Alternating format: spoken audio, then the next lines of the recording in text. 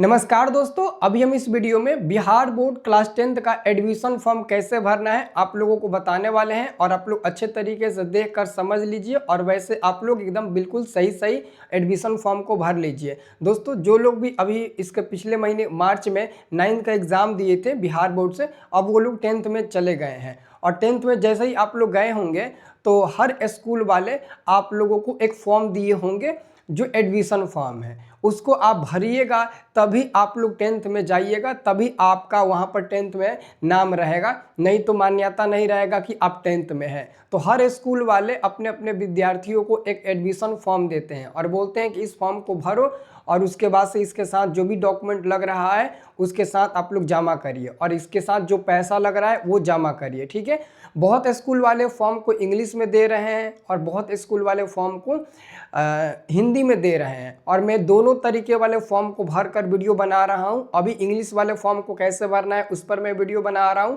और इसके बाद जस्ट आपको हिंदी वाले फॉर्म को कैसे भरना है उस पर हम आपको वीडियो बनाकर दे देंगे। दोस्तों, ये फॉर्म हर स्कूल का अलग अलग रहता है, कोई हिंदी मीडियम में देता है, कोई इंग्लिश मीडियम में, लेकिन अंदर जो भरने वाला मेन टॉपिक होता है ना वो सब सेम होता है और वही अच्छे से आपको समझ कर भरना है। अगर एक छोटा सा भी गलती कर देते हैं तो एडमिट कार्ड में प्रॉब्लम होगी और आगे चलकर मार्कशीट में प्रॉब्लम होगी और आगे चलकर स्कॉलरशिप में ही प्रॉब्लम होगी। हर जगह आप लोगों को प्रॉब्लम ही प्रॉब्लम देखने को मिलेगी। ठीक है, तो मैं आपको बहुत अच्छे से इसको भरना सिखा देते हैं। जिसको जिसको फॉर्म नहीं मिला होगा अपने अपने स्कूल जाइएगा तो आप लोग को फॉर्म मिल जाएगा, टेंशन मत लीजिएगा, फॉर्म आप लोगों को मिल जाएगा। ठीक है, तो चलिए इसको हम लोग अच्छे से भरना सिखाते हैं। आप लोग चैनल को सब्सक्राइब कर लीजिएगा, जो भी छोटा मोटा अपडेट्स होगा या फिर छोटा मोटा जानकारी होगा हम आपको बताते रहेंगे। और अभी दोस्तों एक और वीडियो हमारे चैनल पर अपलोड होगा, जाकर देख लीजिएगा कि क्या क्या डॉक्यूमेंट लगेगा और कितना रुपया लगेगा, किस कैटेगरी वाले विद्यार्थियों को कितना पैसा देना है, ये उसमें हम बताए हैं, आप लोग जाकर देख लीजिएगा। ठीक है ना, ये देखिए दोस्तों, मतलब कि कोई लड़का हमारे पास भेजा है, ये बक्सर बिहार का है। ठीक है ना, ये इसी बार का है, देख लो सेशन 2026 से 27, मतलब कि 27 में एग्जाम देने वाले विद्यार्थी उनका है। ठीक है ना, तो मतलब दोस्तों जब आप लोग जाइएगा ना स्कूल में तो आप लोगों को भी फॉर्म मिलेगा, सब विद्यार्थियों को फॉर्म मिलेगा। ठीक है ना, अलग अलग फॉर्म मिलेगा। देख लो यहाँ पर अच्छे तरीके से, ये देखो पहला नंबर बोला है एडमिशन नंबर और यहाँ पर डेट आपको लिखना है। तो एडमिशन नंबर डेट आपको नहीं लिखना है, देखो यहाँ पर बोल दिया गया है फॉर ऑफिस यूज ऑनली, यानी कि सिर्फ ऑफिस वाले ही यहाँ पर भरेंगे। जो आपके स्कूल के शिक्षक होंगे जहाँ पर इस फॉर्म को जमा करोगे, जिस स्कूल के शिक्षक के पास आप इस फॉर्म को जमा करोगे ना, तो वो टीचर क्या करेगा, आपका एडमिशन नंबर यहाँ पर लिखेगा और उस दिन का डेट लिख देगा, आपको नहीं लिखना है। और आपको यहाँ से लिखना है, यहाँ से देखिए all field are mandatory fill in the block letter, यानी कि दोस्तों 2 नंबर से नीचे जितना भी भरने वाला चीज़ है वो सभी को आप इंग्लिश के बड़े बड़े अक्षरों में भरिएगा, यानी कि इंग्लिश के कैपिटल लेटर में भरना है। एग्जाम्पल पर मैं एक नाम लिख कर दिखा देता हूँ। ठीक है, यहाँ पर बोला गया दूसरा नंबर स्टूडेंट नेम, तो जैसे स्टूडेंट नेम, जैसे कि मेरा नाम मान लो रंजन है, आप स्टूडेंट हो, आपका नाम जो होगा वो लिखिएगा। जैसे मान लो मेरा नाम रंजन है तो हम अपना नाम यहाँ पर कैपिटल लेटर में लिखेंगे, RANJAN, रंजन ऐसे लिखेंगे। और पूरा नाम कुमार है तो ऐसे लिख देंगे, ऐसे डैश देंगे और फिर लिख देंगे KUMAR, रंजन कुमार। अगर आगे और भी नाम होगा यादव तो यादव लिख दीजिएगा। जैसे हम लिखते हैं कुशवाहा तो हम लिख देंगे कुशवाहा, लेकिन अभी प्रॉपर हम इतना ही लिखते हैं रंजन कुमार। तो जो भी आप लिखते हो, जो भी आपके आधार कार्ड पर होगा, देख लीजिएगा कि आधार कार्ड पर क्या है हमारा नाम, वही आप लोग यहाँ पर भी नाम लिखिएगा। ठीक है, उसके बाद सब मदर नेम, यानी कि अपनी माँ का आपको नाम लिखना है, वो भी इंग्लिश के बड़े बड़े अक्षरों में। देख लीजिएगा अपनी माँ का आधार कार्ड पर नाम क्या है वही आप लोग देखकर बड़े अक्षरों में लिखिएगा। उसके बाद से फादर नेम, अपने पिताजी का नाम यहाँ पर आप लोग बड़े अक्षरों में लिखिएगा। ठीक है, उसके बाद से डेट ऑफ बर्थ, यहाँ पर डेट ऑफ बर्थ देखिए 8 को कोठा होगा, एगो छूटेगा या एगो बढ़ेगा, मतलब कि आप गलती भरे हो। 1 2 3 4 5 6 7 8, प्रॉपर तरीके से 8 ही रहता है। ठीक है, तो आपको यहाँ पर डेट ऑफ बर्थ भरना है। डेट ऑफ बर्थ कैसे भरना है, जैसे एग्जांपल पर ले लो, मेरा डेट ऑफ बर्थ है 1/1/2003, मान लो मेरा डेट ऑफ बर्थ है 1/1/2003 एग्जांपल पर, तो 1/1/2003 इसमें कैसे लिखेंगे, ऐसे लिखेंगे 1 0 1 फिर 0 1 और फिर 2000 2003 तो 2003 ऐसे लिख देंगे। अगर किसी का वो 10/1/2003 तो यहाँ पर 10 लिखेगा, फिर 1 लिखे 01 लिखेगा, फिर 2003 लिख देगा। तो ऐसे लिखना है कि ताकि आठों कोठा भर जाए, वो कम बेस ना हो, ठीक है। तो ऐसे आप लोग लिख दीजिएगा। और उसके बाद यहाँ पर जेंडर में मेल फीमेल, अगर आप लड़का हैं तो आप मेल पर टिक लगा दीजिएगा और इसमें M लिख दीजिएगा। अगर आप फीमेल है तो फीमेल पर टिक लगा दीजिएगा और यहाँ पर F लिख दीजिएगा, ठीक है ना। तो देख लीजिएगा, लड़का लड़की आप लोग अपने हिसाब से देख लीजिएगा, आप लोग जो भी होंगे वो आप वहाँ पर टिक लगा दीजिएगा। अब यहाँ पर दोस्तों देखिए यहाँ पर 7 के A नंबर में कैंडिडेट्स आधार नंबर, यानी कि जो स्टूडेंट एडमिशन कराने वाला है, जिसके नाम से ये एडमिशन हो रहा है, उस स्टूडेंट का यहाँ पर आधार नंबर होगा। और ये भी दोस्तों 12 को कोठा होगा, क्योंकि आधार नंबर 12 अंक का होता है, तो ये 12 ही कोठा होगा। कम बेस अगर होगा तो समझ लेना आप गलती पर है, उसको मिलान कर लेना। और आधार कार्ड लिखिएगा, डेट ऑफ बर्थ लिखिएगा, कुछ भी लिखिएगा उसको 2-2 बार मिलाइएगा। आधार कार्ड और डेट ऑफ बर्थ इसको 2-2 बार 3-3 बार मिला लेना है। ये गलती हुआ तो बहुत सब चीज़ चौपट हो जाएगा, ठीक है। उसके बाद से दोस्तों 7 के B नंबर में ब्लड ग्रुप, यानी कि B नंबर में ब्लड ग्रुप, अगर आपने अपना ब्लड ग्रुप चेक कराया होगा, O पॉजिटिव ए है, B है, OB है, AB निगेटिव, उसके हिसाब से आप लोग दीजिएगा, ठीक है ना। मेरा शायद AB पॉजिटिव या फिर AB निगेटिव ऐसे ही करके है मेरा, तो मैंने चेक कराया ऑलरेडी, लेकिन मेरे को अभी याद नहीं आ रहा है, भूल गए हैं। तो जो भी आपका ब्लड ग्रुप होगा वो लिख दीजिएगा, ठीक है। अगर आपका ब्लड ग्रुप आपको नहीं पता है तो ज़बरदस्ती कुछ भी मत लिख दीजिएगा, ठीक है, उसको खाली छोड़ दीजिएगा। या फिर पैसा कितना लगता है, आपका जान पहचान में कोई डॉक्टर्स वगैरह होंगे, वो फ्री में ही चेक कर देंगे। तो आप चेक करा लीजिएगा अपना ब्लड ग्रुप, अगर नहीं पता होगा छोड़ दीजिएगा। बहुत लोग अपने मन से कुछ भी लिख देते हैं।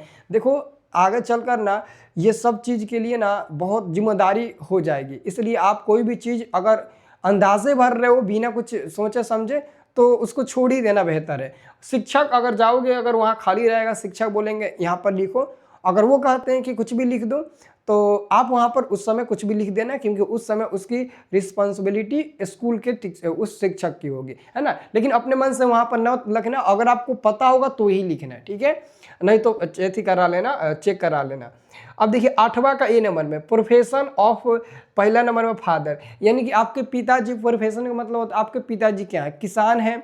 अगर आपके पिताजी मान लो किसान है तो फार्मर लिख दीजिएगा, फार्मर FARMAOB, सॉरी आपको कैपिटल लेटर में लिखना है, ठीक है ना। फार्मर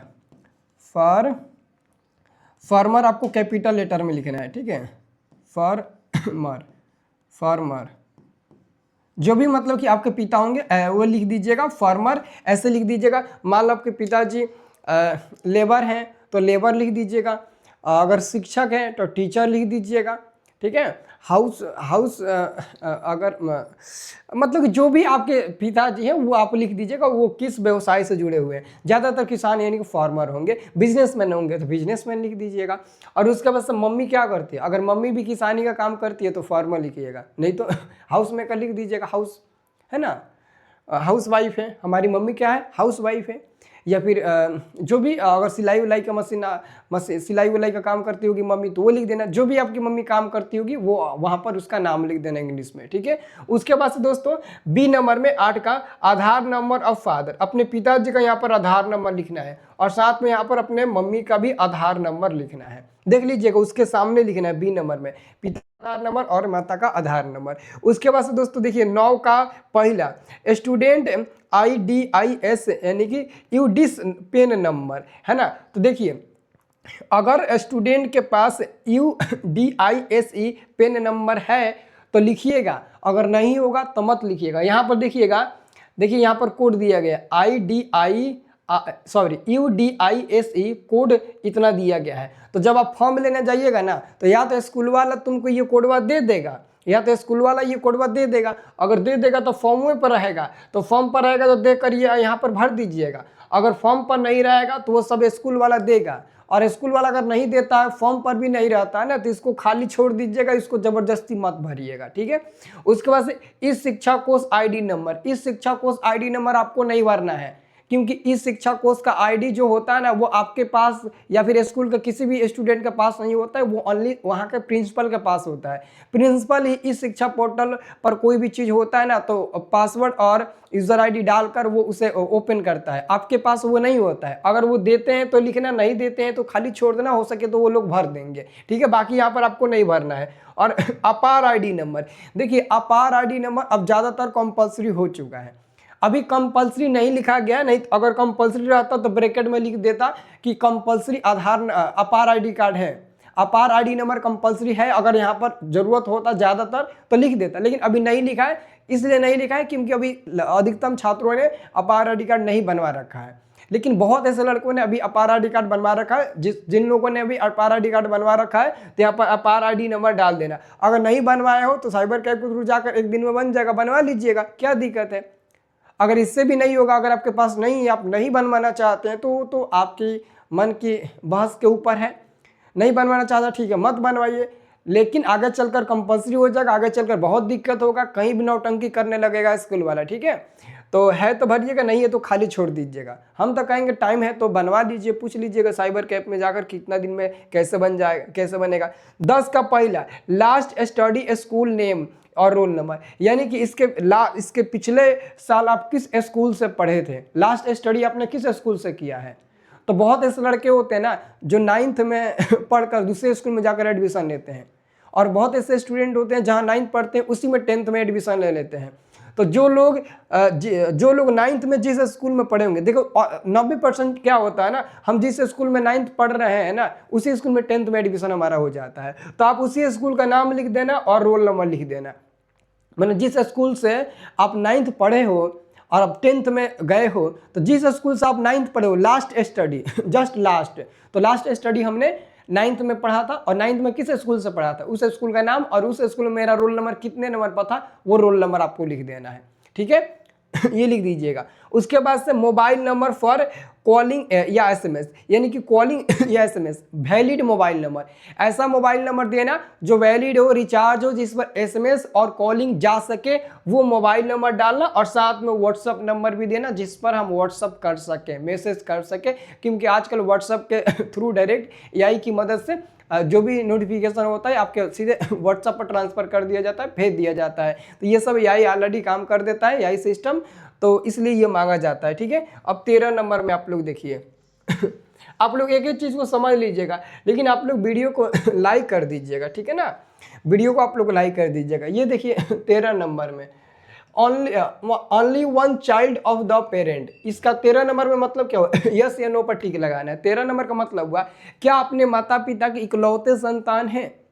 अगर आप अपने माता पिता के इकलौते संतान हैं, आपके कोई भी भाई और ना ही कोई भी बहन नहीं है, सगा मतलब कि आपके माता पिता का इकलौते आप बेटे हैं, इकलौते आप बेटी हैं, अगर हैं तो यस लिखिएगा। अगर मानते हैं कि आपका कोई भाई नहीं है, कोई बहन नहीं है, सिर्फ आप अकेले हैं, तो आप लिखिएगा यस। अगर मान लो कि आपके घर में एक या एक से अधिक भाई है, एक या एक से अधिक बहन है, तो लिख दीजिएगा नो। नो मतलब कि हम इकलौते अपने पेरेंट के बच्चे नहीं हैं, इसके हमारे अलावा और भी बच्चे हैं, ठीक है, तो नो लिख दीजिएगा। अगर इकलौते हैं तो यस लिखिएगा, ठीक है ये आप समझ गए। उसके बाद से दोस्त 14 नंबर में परमानेंट एड्रेस, ठीक है, और उसके बाद से प्रेजेंट एड्रेस। परमानेंट एड्रेस का मतलब होता है कि आपका प्रॉपर घर कहाँ है, आपका प्रॉपर घर कहाँ है, आप कहाँ रहते हैं, आपके माता पिता, दादी और दादा, जो भी आपके भाई बहन, चाचा चाची, भाभी भैया, ये सब कहाँ रहते हैं। तो जहाँ भी आपका प्रॉपर घर है वो आपका परमानेंट एड्रेस हुआ, इनके प्रॉपर आपका वही एड्रेस हुआ, वहीं पर आप रहते हैं। और दोस्तों प्रेजेंट एड्रेस का मतलब होता है कि बहुत ऐसे लड़के होते हैं ना जो मामा की हैं, मौसी की हैं, दीदी की हैं, तरह तरह जगह हितई में, रिश्तेदारी में रहकर पढ़ाई करते हैं। तो अगर आप कहीं रिश्तेदारी में रहकर पढ़ाई करते हो तो पहले आपका जो पर्सनल घर होगा उसका एड्रेस यहाँ पर लिखिएगा, और उसके बाद से जहाँ पर आप रहकर पढ़ाई करते होंगे ना वो आपका प्रेजेंट एड्रेस हो जाएगा, वो यहाँ पर लिख दीजिएगा। प्रेजेंट एड्रेस का मतलब होता है अभी हम इस समय कहाँ खड़ा है, अभी हम इस जहाँ पर है वो हमारा प्रेजेंट एड्रेस हो जाएगा, और हमारा प्रॉपर घर कहाँ है तो वो हमारा परमानेंट एड्रेस हो जाएगा। मान लो आप कहीं हितई नाता में नहीं रहते हो, आप अपने ही घर रहते हो, किसी के यहाँ नहीं रहते हो, तो दोनों में सेम आप एड्रेस लिख देना, ठीक है। और उसके बाद से विलेज और मोहल्ला, ठीक है। परमानेंट एड्रेस का विलेज और मोहल्ला लिखिएगा, ठीक है। और यहाँ पर प्रेजेंट एड्रेस का भी विलेज और मोहल्ला यहाँ पर लिखिएगा, ठीक है।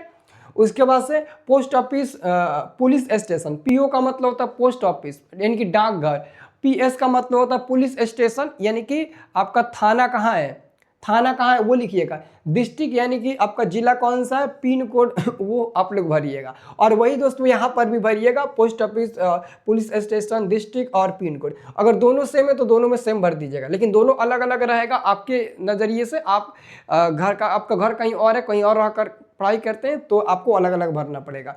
उसके बाद से दोस्तों 15 number category, general, OBC, ST, SC, ST, है ना, हैंडीकैप्ड या अदर कास्ट, आपको यहाँ पर लिखना है। देखिए अगर आपको कास्ट अपना पहचानना है, अगर आप जनरल के हैं तो यहाँ पर जनरल लिख दीजिएगा, अगर आप एससी है तो एससी लिखिएगा, अगर आप एसटी हैं तो एसटी लिखिएगा, ओबीसी हैं तो ओबीसी लिखिएगा। देखिए जो यादव कुशवाहा होते हैं ना, ज़्यादातर इनको हमको पता है, ठीक है, जो यादव कुशवाहा होते हैं वो BC2 में आते हैं। किस में आते हैं, BC2 में आते हैं, BC2 में आते हैं। और जो गुप्ता लोग होते हैं ना वो BC1 में आते हैं, वो BC1 में वो लोग आते हैं, ठीक है ना। तो BC ये जितना भी है ना, ये सब दोस्तों OBC में आता है। ये सब किसका कैटेगरी है, OBC का कैटेगरी है। OBC के अंदर ही ये BC1 BC2 ये सब आते हैं लोग, ठीक है ना। तो यहाँ पर BC1 BC2 नहीं दिया है, बहुत सारे फॉर्म पर दिया रहता है, बहुत सारे फॉर्म पर नहीं दिया रहता है। तो डायरेक्ट आप OBC लिख देना कि हम OBC कैटेगरी के हैं, और OBC कैटेगरी के अंदर BC1 BC2 आता है ना। तो ऐसा हम लोग भर देंगे, ठीक है। और यहाँ पर देखिए रिलीजन, आप क्या है, आप हिंदू है या मुस्लिम है या फिर अदर आपका धर्म है, आपका जो भी धर्म है, तो आप हिंदू है तो हिंदू, मुस्लिम है तो मुस्लिम लिखिएगा। अब देखिए यहाँ पर 16 नंबर है मार्क्स ऑफ आइडेंटिफिकेशन, ठीक है, ए और बी में। देखिए यहाँ पर 2 को आपको मार्क लिखना है। जैसे कि आपके शरीर में कोई ऐसा चिन्हासी 2 आपको बताना है कि जो कि हमेशा के लिए है, बचपन से होगा या फिर आपके देह में उसका निशानी होगा। जैसे मान लो बहुत सारे इंसान के, बहुत सारे आप लोगों के ना शरीर में कहीं कहीं तिल होता है। मान लो किसी के हाथ में, किसी के गाल पर, किसी के पैर में, किसी के पेट पर, किसी के छाती पर, हर जगह कहीं ना कहीं आपको आपके शरीर में एक छोटा सा तिल जरूर दिख जाता है। मान लो मेरा फेस पर, हमारे फेस पर, कहीं भी हमारे फेस पर एक तिल का निशान है, तो तिल को इंग्लिश में मोल कहते हैं। तो लिख दीजिएगा यहाँ पर ए नंबर में मोल ऑन फेस, मतलब कि मोल का मतलब होता है तिल, तो लिख दीजिएगा मोल ऑन फेस, हमारे चेहरे पर मोल का निशान है, यानी कि तिल का निशान है हमारे चेहरे पर। तो ए नंबर में ये लिख देंगे। और बी नंबर में लिख देंगे, मान लो आपके शरीर में कोई कटा वटा चिन्हासी है, अगर आपके शरीर में कटा वटा चिन्हासी, जैसे हाथ पैर में कभी कभी कट नहीं जाता है, बड़ा बड़ा घाव हो जाता है तो उसका चिन्हासी हमेशा के लिए रह जाता है, कपार फूट जाता है तो चिन्हासी रह जाता है, उंगली कट जाता है तो चिन्हासी रह जाता है। देखो उंगली कटा हुआ है मेरा, कहानी इसमें चिन्हासी है, तो हम लिख देंगे क्या, कट का निशान है, तो लिख देंगे cut mark on hand, cut mark on hand, मतलब कि हमारे हाथ में कट का निशान है। उंगली लिख देंगे या फिर उंगली लिख देंगे, डायरेक्ट हाथ ही लिख देंगे, ठीक है। मतलब कि आपके शरीर में अगर मान लो कट का निशान नहीं है और आपके शरीर में 2 जगह तिल है, 10 जगह तिल है या 20 जगह तिल है, तो दोनों में लिख दो। एगो लिख दो फेस पर तिल है, एगो लिख दो पैर पर तिल है, एगो हाथ पर लिख दो, मतलब कि 2 को चिन्हासी आपको लिख देना है। उसके बाद से यहाँ पर bank detail, account holder name, आप अपना नाम लिखिएगा, अकाउंट जो भी अकाउंट आप डालिएगा ना उसका नाम लिखिएगा, अकाउंट नंबर अपना ही डालिएगा, किसी और का मत डालिएगा, ठीक है। अकाउंट होल्डर नेम अपना नाम डालिएगा, फिर बैंक का नाम डालिएगा, कौन सा बैंक है आपका, और उसका IFSC कोड पासबुक में रहता है, और बैंक अकाउंट नंबर यहाँ पर डालिएगा, और बैंक का ब्रांच उसमें लिखा रहता है वो लिख दीजिएगा, ठीक है। उसके बाद से 16 नंबर है डिक्लेरेशन ऑफ पेरेंट, यहाँ पर पेरेंट के द्वारा लिखा जाएगा।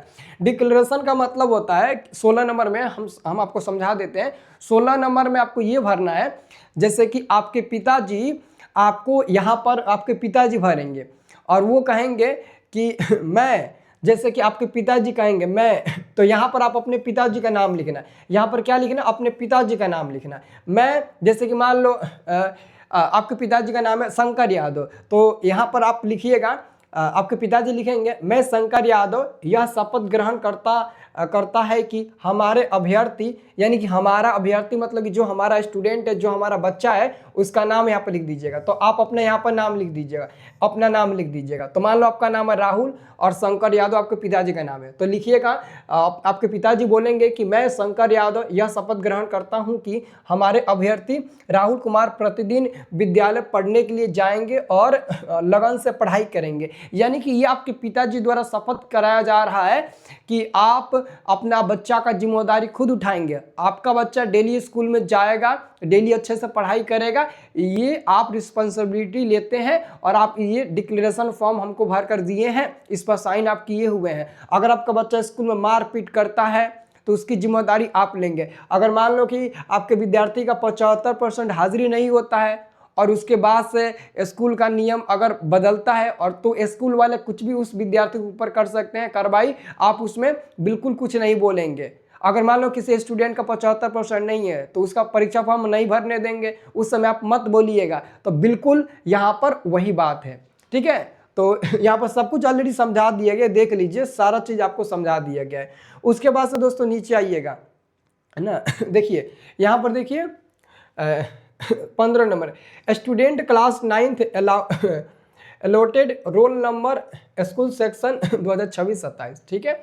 तो दोस्तों यहाँ पर देख लीजिएगा 15 नंबर में यही आपको लिखना है। यहाँ पर देखिए पेरेंट और गार्जियन का सिग्नेचर, आपके पेरेंट जो भी होंगे, माता पिता, भाई बहन या भैया भाभी या फिर चाचा चाची, जो भी आपके पेरेंट होंगे वो सिग्नेचर करेंगे, ठीक है। और एडमिशन इंचार्ज सिग्नेचर, यहाँ पर एडमिशन इंचार्ज जो एडमिशन करता होगा, फॉर्म जमा करता होगा, उसका यहाँ पर क्या होगा, सिग्नेचर होगा। और यहाँ पर कैंडिडेट फुल सिग्नेचर, यहाँ पर आपको पूरा सिग्नेचर करना है, ठीक है।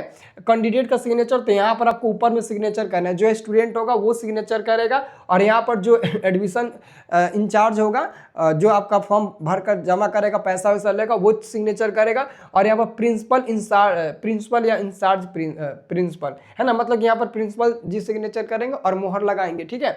और यहाँ पर पेरेंट के सिग्नेचर होगा। उसके बाद से अब कुछ नहीं है दोस्तों, इसके बाद से कुछ नहीं है, इस फॉर्म को आप भरकर जमा कर दीजिएगा, ठीक है।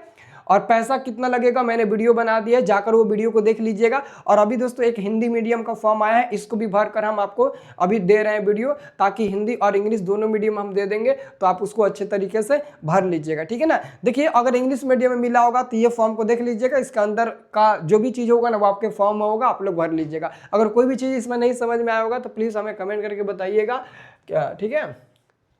और आप लोग सपोर्ट करिए ताकि 1 मिलियन फॉलोअर्स हो जाए यूट्यूब पर, ठीक है।